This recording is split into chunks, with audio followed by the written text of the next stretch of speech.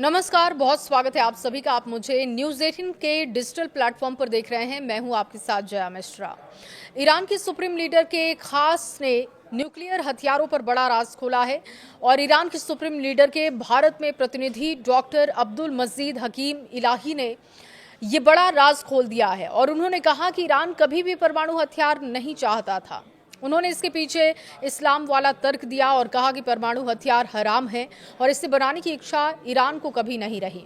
उन्होंने साथ ही ये भी कहा कि ईरान कुछ मानवीय जरूरतों को पूरा करने के लिए शांतिपूर्ण उद्देश्यों के लिए परमाणु ऊर्जा का इस्तेमाल करना चाहता है।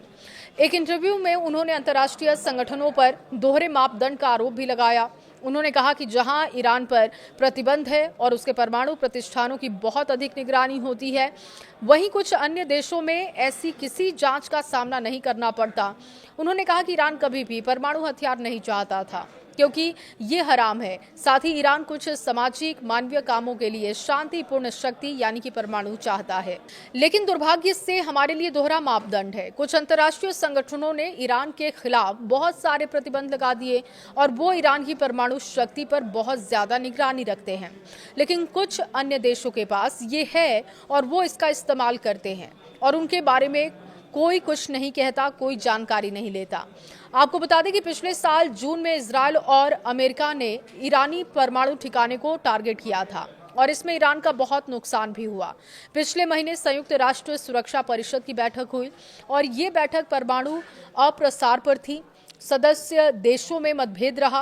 कुछ देश ईरान पर प्रतिबंध लगाना चाहते थे और कुछ देश प्रतिबंध हमेशा के लिए हटाना चाहते थे।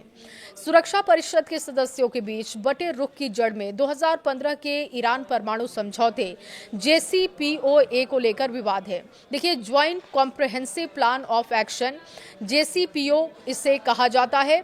इस समझौते में ईरान ने अपना परमाणु कार्यक्रम सीमित किया, बदले में प्रतिबंध हटाए गए। समझौते पर चीन, फ्रांस, रूस, ब्रिटेन, अमेरिका, जर्मनी और यूरोपीय संघ ने हस्ताक्षर किए। एक सवाल के जवाब में अब्दुल मजीद हकीम इलाही ने कहा कि ईरान और भारत के बीच संबंध और सहयोग का इतिहास इस्लाम के उदय से सैकड़ों साल पहले का है। उन्होंने कहा कि गणित, खगोल विज्ञान और चिकित्सा के क्षेत्र में भारत की उपलब्धियों का अध्ययन ईरान में किया गया था। ईरान के लोगों ने हमेशा इन दो प्राचीन सभ्यताओं के बीच में संबंधों के बारे में बहुत कुछ सीखा है। उन्होंने कहा कि इस्लामिक रिपब्लिक ऑफ ईरान के सर्वोच्च नेता हमेशा ईरान और भारत के बीच अच्छे संबंधों और सहयोग पर जोर देते रहे हैं। मुझे उम्मीद है कि चाबहार में वो अच्छा काम करेंगे।